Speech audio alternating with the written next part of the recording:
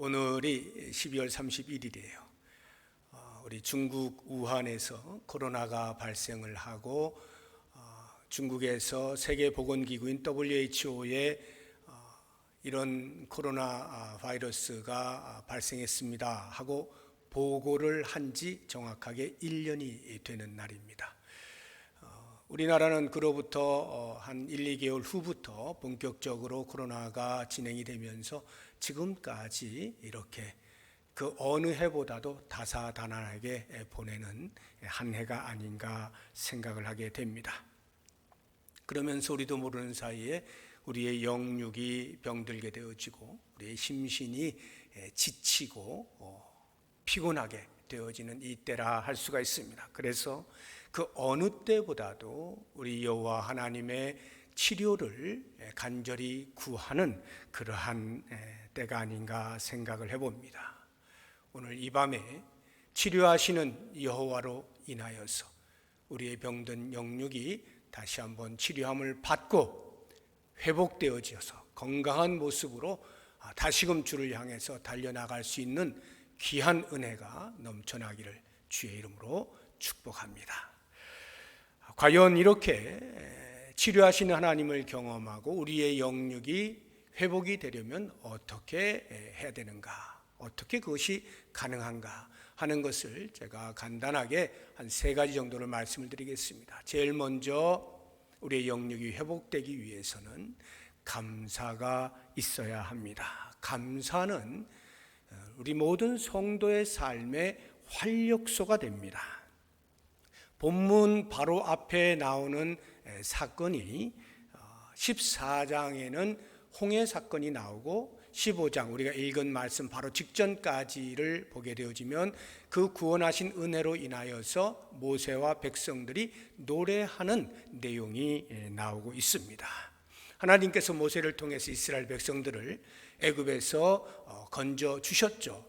그런데 나와보니 막상 앞에 홍해가 가로막고 있고 뒤에서는 바로의 군사가 쫓고 있습니다. 이러한 상황 가운데에서 백성들이 취할 수 있었던 것은 오직 한 가지인 것 같습니다. 그것은 원망이죠.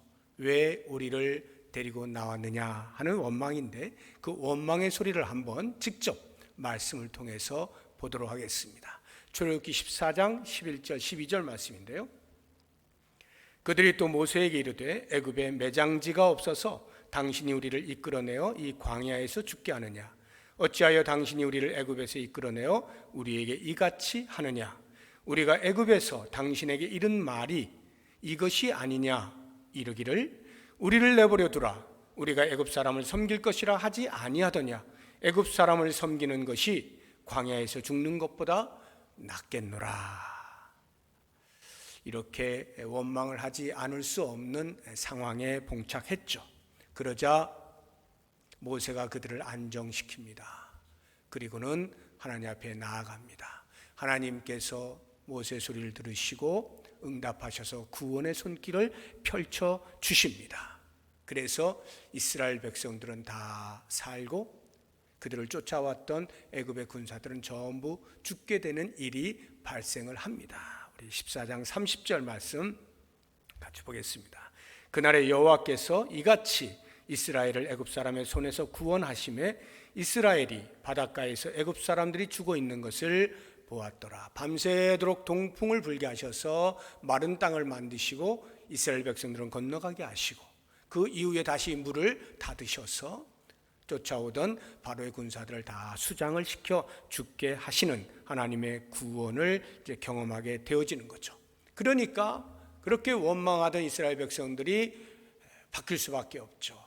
야, 하나님 우리를 구원해 주셨다 하고는 모세와 백성들이 노래를 부르는 것이 15장 1절부터 18절까지 나와요. 다 읽을 수는 없고 1절과 2절 2절만 한번 보도록 하겠습니다. 이때 모세와 이스라엘 자손이 이 노래로 여호와께 노래하니 일러스되 내가 여호와를 찬송하리니 그는 높고 영화로우시며 말과 그 탄자를 바다에 던지셨음이로다. 여호와는 나의 힘이여 노래시며 나의 구원이시로다. 그는 나의 하나님이시니 내가 그를 찬송할 것이요 내 아버지 하나님이시니 내가 그를 높이리로다 하면서 계속 노래를 불러서 18절까지 노래를 부릅니다. 그 노래를 다 들은 모세의 누이 미리암이 너무나 기뻐서 손에 소고를 잡습니다. 소고는 요즘 우리말로 하면 작은 북, 손에 이렇게 손잡이가 있는, 그래서 퉁퉁퉁퉁 치면 소리가 나는 타악기, 작은 북이라고 할 수 있는데 이 소고를 잡습니다. 그러니까 모든 여인들이 덩달아서 같이 소고를 잡고 치면서 춤을 추게 되어집니다. 이 미리암과 여인들의 노래가 15장 20절과 21절에 나와요. 한번 보시죠. 아론의 누이 선지자 미리암이 손에 소고를 잡으매 모든 여인도 그를 따라 나오며 소고를 잡고 춤추니 미리암이 그들에게 화답하여 이르되 너희는 여호와를 찬송하라. 그는 높고 영화로우시며 말과 그 탄자를 바다에 던지셨음이로다 하였도다. 노래를 부르는 것입니다. 이들이 이렇게 감사의 노래를 부를 수 있었던 것은 애굽에서 나오게 하신 여호와 하나님께서 그 이후의 삶도 책임진다라고 하는 것을 경험을 하게 되면서 감사하지 할 수가 없게 된 거죠. 우리 하나님이 그런 분이셔요. 우리를 구원하셨으면 그 이후에 이제부터는 너희 마음대로 해봐 이렇게 하시는 것이 아니라 계속해서 구원받은 자의 삶을 살아갈 수 있도록 도우시고 지도하시고 인도하시고 지키시고 책임을 지시는 분이셔요. 그러니까 그런 하나님을 경험하게 되어지면 당연히 노래가 나오는 것이고 당연히 소고를 치는 것이고 당연히 춤을 추는 것입니다. 아주 자연스러운 표현이죠. 우리나라가 흥이 많은 민족이잖아요. 그래서 옛부터 이렇게 술 한 잔 조금 막걸리 같은 거 한 잔만 마시면 보통 흥이 나가지고 춤도 추고 노래도 부르고 아주 얼굴이 불그스레 해가지고 얼마나 신나게 사는 민족입니까? 술만 조금 마셔도 이렇게 흥이 나는 민족이라고 할 것 같으면 하물며 우리를 죄에서 구원하신 하나님의 은혜를 깨닫게 되어지고 그 이후의 모든 삶 가운데 도우시는 하나님을 경험하며 살게 되는 우리 성도들이야 흥이 나는 삶 더 이상 말해서 무엇 하겠습니까? 너무나 감사하니까 흥이 절로 나는 것이죠. 감사는 삶의 활력소입니다. 중요한 것은요, 이 감사가 감사할 만할 때만이 아니라 어떤 상황 속에서도, 우리 청년들이 노래했잖아요. 어떤 상황 속에서도 하나님께 감사할 수 있어야 됩니다. 우리 오늘 찬송으로 영광을 돌리신 우리 전미라 원사님이 감사라고 하는 복음성가를 불렀는데 그 감사의 그 가사 내용을 보시게 되면 나 같은 사람도 살리신 주님 감사할 수밖에 없고 날 구원하여 주셔서 감사하고 여기까지 오게 하여 주신 것 그것도 감사하고 오늘 하루 숨을 쉬고 있으니 감사하다 이렇게 표현하고 있잖아요. 그런데 나아가서 내 뜻대로 안 돼도 감사하다. 내 뜻대로 안 돼도 내 마음대로 안 돼도 감사하다. 이것이 우리가 진정으로 하나님 앞에 올려드려야 할 감사의 노래인 거예요.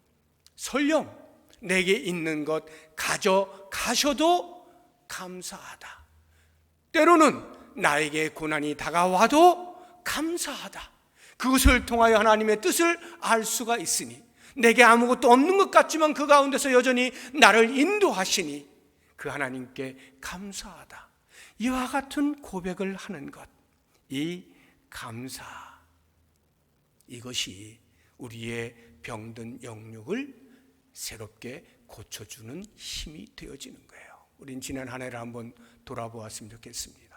혹시라도 우리가 감사에 인색하지는 아니하였는지, 저는 이 시간, 짧은 시간이지만 한 해를 돌아보면서 하나님 앞에 진심으로 하나님 고맙습니다 고백을 하면 좋겠어요. 우리 가정에서 예배를 드리시는 우리 모든 성도님들, 가족 식구들과 같이 예배를 드리시는 분들, 또는 혼자 예배를 드리시는 우리 모든 성도님들, 이 시간 잠시 한 1분 정도 눈을 조용히 감으시면서 한 해를 회상해 보시기 바랍니다. 그리고 못다한 하나님을 향한 감사의 기도를 함께 올려드리겠습니다.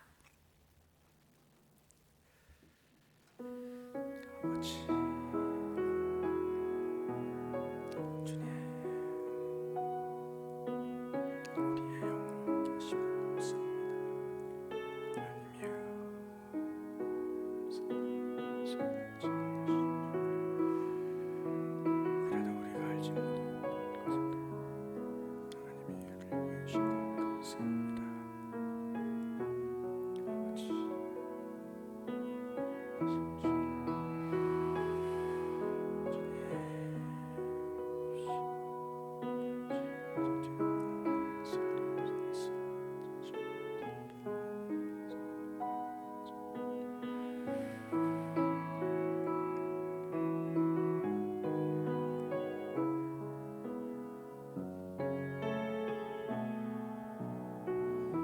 하나님 아버지 감사합니다.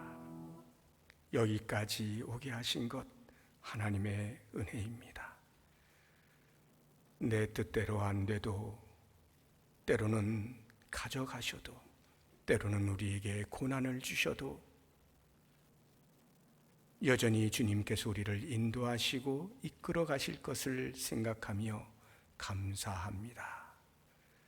이 감사가 우리의 병든 영육을 치료하여 주시고 회복시켜 주시옵소서. 예수님의 이름으로 기도드립니다. 아멘. 우리가 두 번째로 어떻게 우리의 병든 영육을 치료할 수 있는가? 그것은 회개입니다. 회개라고 하는 것은 우리 성도의 흐트러진 삶, 무질서해져 버린 삶을 재정비하게 해주는 것입니다. 회개를 통해서 우리는 다시 우리의 삶을 추스릴 수가 있게 되어집니다.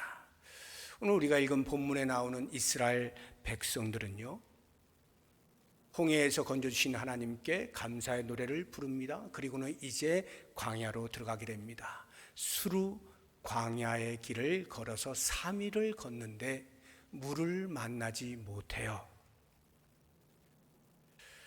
그 물을 만나지 못하는 안타까움이 이렇게 표현이 되어 있습니다. 우리 22절 말씀을 보시게 되면 모세가 홍해에서 이스라엘을 인도하며 그들이 나와서 수루 광야로 들어가서 거기서 사흘 길을 걸었으나 물을 얻지 못하고, 광야에서의 사흘 길에 물 없는 여정이라고 하는 것은 말로 표현할 수 없습니다. 거의 죽음과도 같은 그런 모습인데요. 그렇게 물을 만나지 못하다가 마라라고 하는 곳에서 드디어 물을 만나게 되어집니다. 그런데 그 물을 마실 수가 없어요. 23절 24절 봅니다. 마라에 이르렀더니 그곳 물이 써서 마시지 못하겠으므로 그 이름을 마라라 하였더라. 백성이 모세에게 원망하여 이르되 우리가 무엇을 마실까 하매, 물을 만났는데 써서 마실 수가 없게 되어지니까 당연히 모세를 향해서 원망을 쏟아내게 되는 것입니다. 저는 이 모습을 보면서 충분히 원망할 만하다, 이런 생각을 해봅니다. 왜냐하면요, 광야에서의 물이라고 하는 것은 곧 생명이에요. 그러니까 물이 없다는 말은 죽었다, 이 말과 같은 것이거든요. 그런데 물을 만난 거예요. 마라라고 하는 것을 만났는데 그 물이 써요. 도저히 마실 수가 없어요. 너무나 갈급한 상황에서 물을 만나서 기뻐 어쩔 줄 모르고 하나님을 향해서 감사합니다라고 고백을 하려고 하는데 마셔보니까 쓰단 말이죠. 어떻게 되겠어요? 상대적 절망감, 견딜 수 없는 분노가 일어나겠죠. 아니 이게 뭐야, 차라리 없으면 없는 대로 혹시라도 하나님이 또 예배해 놓으셨을까, 어딘가 예배해 놓으셨을까 찾아보겠는데 만났는데 그것을 마실 수가 없어요. 얼마나 하나님께 대하여 원망이 크겠어요. 그러니 눈에 보이는 모세에게 할 수밖에 없죠. 감사하고자 하는 감정이 분노로 변하게 되어지는 겁니다. 그러니 모세가 어떻게 하겠어요? 또 기도해야죠. 모세인들 목이 안 마르겠습니까? 모세인들 갈증이 없었겠어요? 거의 죽을 지경이었겠죠. 그러니까 하나님 앞에 기도합니다. 하나님, 이게 어떻게 된 겁니까? 그때 하나님께서 처방을 내리시죠. 옆에 나무를 보라 하고는 그 나뭇가지를 던지게 합니다. 그러니까 그 물이 달아지게 되는 거예요. 그러면서 그 모든 갈증을 일으키는 백성들에게 물을 나누어 주고 해갈을 시켜주게 되는 것입니다. 저는 이 장면을 보면서도 참 놀라워요. 우리 하나님이 내가 만약 하나님이라고 한다면 너무너무 괘씸했을 것 같아요. 이거 홍해를 만나서 홍해에서 구원해 주신 하나님을 경험한 지 불과 3일인데 아무리 광야에서 죽게 생겼다 할지라도 어떻게 금방 그렇게 원망을 쏟아낼 수 있을까? 괘씸죄를 적용해서 징계를 내리실 만한데 우리 하나님께서 징계를 내리지 아니하시고 오히려 처방을 주시는 거예요. 우리 하나님의 자비로우심의 크기를 알 수 있는 대목입니다. 저는 여기에서 묵상이 되는 거예요. 분명히 홍해의 구원을 경험하고 이스라엘 백성들이 3일 길을 걸었는데 어떻게 그 3일 만에 그렇게 또다시 원망을 할 수가 있을까를 생각해 볼 때, 물론 그럴 만큼의 갈증, 죽기 직전이라고 하는 것에 대한 이해가 있지만 또 다른 한편으로는 그들이 홍해를 만나서 원망을 할 때, 그래서 하나님께서 구원을 베풀어 주실 때에 그것에 대한 감사의 노래는 하였지만, 감사는 표현하였지만 자신들의 원망함에 대하여 하나님 앞에 얼마나 부끄러운지, 얼마나 죄송스러운지 하나님 앞에 진정한 회개는 보이지가 않더라고요. 성경 아무리 찾아봐도 회개했다는 내용을 찾아볼 수가 없어요. 저는 그런 생각이 드는 거예요. 감사라고 하는 것은 일시적으로 흥을 돋구어주고 그래서 살만 나게 만들어주지만 진정한 회개가 없으면 거기에서 참된 치료는 있을 수가 없겠구나 하는 생각을 해보게 되는 거예요. 참된 회개가 없으면 참된 회복도 없는 거죠. 마치 우리가 어디 환부가 있는데 너무나 아파하는데 진통제를 놔주면 일순간 진통이 사라지잖아요. 그러니까 괜찮은 듯 싶잖아요. 감사하다 하는 이런 생각이 드는데, 그렇다고 그 환부가 나은 것이 아니죠. 그 환부는 도려내야 되는 거죠. 도려내야 되는 거예요. 도려내는 게 회개거든요. 회개를 해야만 새 살이 돋게 되어지는 것이죠. 우리가 한 해 동안 돌아보면서 과연 회개할 일들이 무엇이 있는가 한번 생각해 보십시오. 내 뜻대로 되지 않으면, 내가 생각하는 대로 문제가 해결되지 아니하면 불평과 원망을 마구 쏟아내지는 아니하였는지, 또는 이 세상을 너무나 사랑해서 유혹에 빠지거나 아니면 일부러 유혹에 빠지는 것을 놔둔 채 합리화하거나 아니면 거짓을 일삼는다거나 아니면 내 형제 자매를 미워하는 마음을 그대로 가지고 있거나 아니면 영적으로 나태하여서, 특별히 코로나의 때에 교회에 모일 수도 없고 하니까 그냥 적당히 변명하면서 핑계를 둘러대면서 내가 신앙에 나태할 수밖에 없는 것은 이런 상황 때문이야 라고 하는 것으로 자신의 영적 게으름을 놔두는 이러한 죄들을 범죄하지 않았는가? 우리가 이 시간에 좀 돌아보면 좋겠어요. 그냥 놔둔 채 무엇인가 해결되겠지, 우리의 영혼이 새롭게 될 수 있겠지, 건강해질 수 있겠지 하는 이런 모든 마음들, 이 시간에 잠시 제가 한 1분간 시간을 드릴 테니까 한 해를 돌아보면서 내가 하나님 앞에 미처 다 회개하지 못하였던 것들 생각나시는 대로 회개하시면서 우리의 모든 더러운 죄악들, 환부를 완전히 도려내 주옵소서. 하나님 새살이 돋게 해 주옵소서. 회개 기도를 함께 드리도록 하겠습니다. 아버지,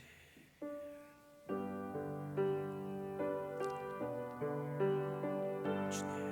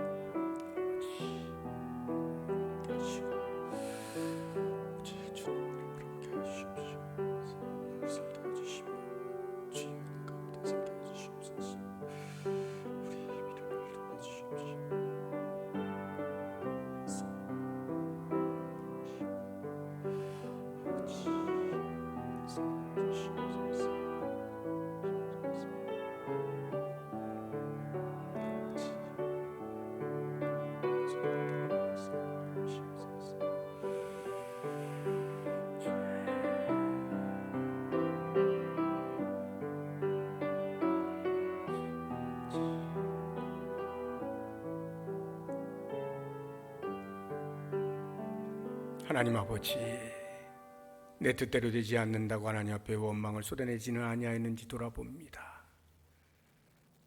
이 세상에 흘러가는 대로 사는 것이 너무도 편하고 좋아서 그냥 유혹에 빠진 채 스스로를 방치하며 살진 않았는지 돌아봅니다.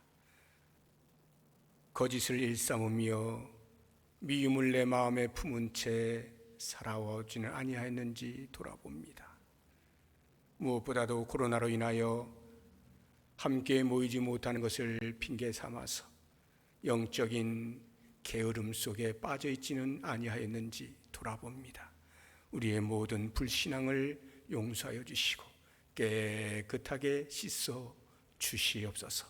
예수님의 이름으로 기도드립니다. 아멘. 마지막 세 번째로 2021년을 우리가 바라보면서 결심하는 것을 통하여서 우리의 영역이 새롭게 회복이 되어지는 은혜, 치료받는 은혜가 있음을 같이 생각을 해보겠습니다. 새해 우리가 무엇을 결심할 것인가? 다른 그 어떤 것보다도 하나님의 말씀에 청종하기로 결심하는 것이 중요합니다. 26절을 보시면 이렇게 나와 있습니다. 이르시되 너희가 너희 하나님 나 여호와의 말을 들어 순종하고 내가 보기에 의를 행하며 내 계명에 귀를 기울이며 내 모든 규례를 지키면 내가 애굽 사람에게 내린 모든 질병 중 하나도 너희에게 내리지 아니하리니 나는 너희를 치료하는 여호와임이니라. 하나님께서 이스라엘 백성들에게 요구하시는 것은 딱 한 가지, 하나님의 말씀에 청종하라. 청종이란 잘 듣고 순종하라 하는 말입니다. 광야의 삶에 필요한 요소들이 많이 있지 않습니까? 그런데 그런 것들에 대해서는 언급하지 않으셔요. 1절 언급하지 않으셔요. 그리고 오직 한 가지만 말씀하시는데 나의 말에 귀를 기울이고 그 계명을 따라 잘 지켜 살아라, 이것이에요. 왜 그럴까요? 하나님의 말씀에 청종하는 것이 하나님의 백성됨의 입증이기 때문에 그래요. 하나님의 백성으로 살아가는 삶의 방향과 질을 결정하는 행위이기 때문에 그렇습니다. 하나님의 성도가 사느냐 죽느냐의 생사를 가름하는 것이 바로 하나님의 말씀에 대한 청종이라고 하는 것입니다. 치료하시는 하나님, 그것을 약속하시잖아요. 너희가 내 말에 귀를 기울이고 순종하여 살면 내가 너를 치료하여 주겠다, 이렇게 약속을 해주시는데 그 약속이 확실하냐라고 하는 입증을 하나님께서 보여주시는 것이 27절의 말씀이에요. 우리 27절 보겠습니다. 그들이 엘림에 이르니 거기에 물샘 12과 종려나무 70그루가 있는지라 거기서 그들이 그 물 곁에 장막을 치니라. 엘림, 마라에서 불과 10km 정도밖에 떨어지지 아니한 곳에 엘림이라고 하는 것을 이미 하나님은 예비해 놓으셨어요. 거기에 물샘 12이 있어요. 12지파가 충분히 먹을 수 있는 물샘이 있습니다. 뿐만 아니라 종려나무가 70그루가 있습니다. 시원하게 쉴 수 있는 그늘을 제공하는 나무가 70그루가 있습니다. 무엇을 말하고 있습니까? 하나님께서 당신의 말씀에 철저하게 순종하여 살아가는 백성들을 위해서 이렇게 예배해 놓으신다는 거예요. 마라의 쓴물을 맞이하게 되면서 이게 무엇이냐라고 불평하고 있는 이스라엘 백성들에게 이미 하나님께서는 10km만 더 가면 충분히 하나님께서 예배해 놓으신 놀라운 쉼이 있는 것을 보여주고 계시는 거예요. 우리는 죽는다라고 생각을 하지만 사실은 하나님이 이미 살릴 길을 예비해 놓으신 것, 이것을 엘림을 통하여 그들에게 보여주고 계시는 거예요. 그러니까 너희들이 이 광야에서 사느냐 죽느냐의 문제는 다른 것에 있지 아니한다. 내 말에 귀를 기울이고 순종하느냐 아니냐, 여기에 달려있음을 잊지 말아라 말씀하는 거예요. 그래서 사람이 떡으로만 사는 것이 아니요 하나님의 입에서 나오는 모든 말씀으로 산다고 말씀을 하고 계시는 것입니다. 우리는 2021년도에 성숙한 그리스도인이 되기 위하여서 큐티를 생활화하려고 합니다. 이 코로나 시대에 그 어느 때보다도 개인의 영성을 지켜내는 것이 중요한 시기가 되었어요. 모여서 교육을 받을 시간이 없습니다. 모여서 성도들 간에 서로 위로하고 격려하고 간증하고 하는 이런 시간들이 부족합니다. 개인적으로 하나님 앞에 서 있지 아니하면 자기의 신앙을 지켜낼 수 없는 시대를 맞이하고 있는 거예요. 이와 같은 때에 그 무엇보다도 개인의 영성을 계속 개발하고 성숙한 그리스도인으로 나아가기 위해서 큐티는 반드시 생활화가 돼야 돼요. 왜? 큐티라고 하는 것이 하나님의 말씀에 대한 묵상과 그 묵상되어진 말씀을 삶 가운데 적용하며 사는 것, 이것이 큐티거든요. 하나님의 말씀에 귀를 기울이고 순종하는 것, 이것이 큐티예요. 그러니까 큐티를 통해서 우리는 하나님의 말씀에 귀를 기울이고 순종하는 삶을 습관화해야 되는 거예요. 그렇게 할 때 우리의 병든 영육이 고침을 받을 수 있어요. 건강하게 회복이 될 수가 있는 것입니다. 사랑하는 성도 여러분, 이제 2021년이 되었어요. 12시 12분입니다. 한 1분 정도 기도하실 때에 하나님, 2021년 한 해에는 내가 하나님의 말씀을 마음 깊이 새기고 듣고 삶으로 적용하면서 순종하여 살아낼 수 있게 해주십시오. 이 큐티가 나에게 습관이 될 수 있게 해주십시오. 말씀을 붙잡으며 살아가는 한 해가 되게 해주십시오. 우리 결심하는 기도를 한 1분 동안 같이 드리겠습니다. 하나님 아버지, 우리에게 주시는 귀한 한 해 어떻게 살아야 됩니까? 아버지의 말씀을 붙잡고 살아가겠습니다. 주님이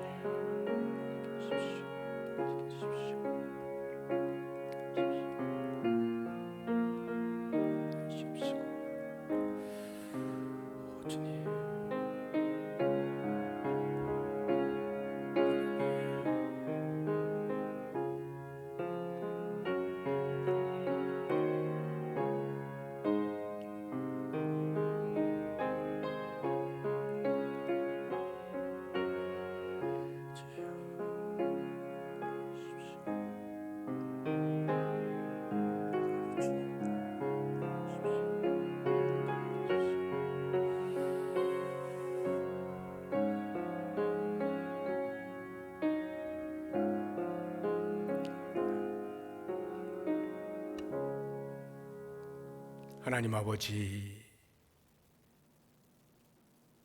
코로나로 인하여서 우리의 일상이 무너지고 무엇보다 신앙의